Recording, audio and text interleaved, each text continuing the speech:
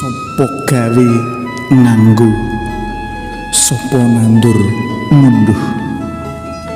Ana sawijining piwulang menawa ana sawijining wong kang gawe rekodaya ala marang sepadane.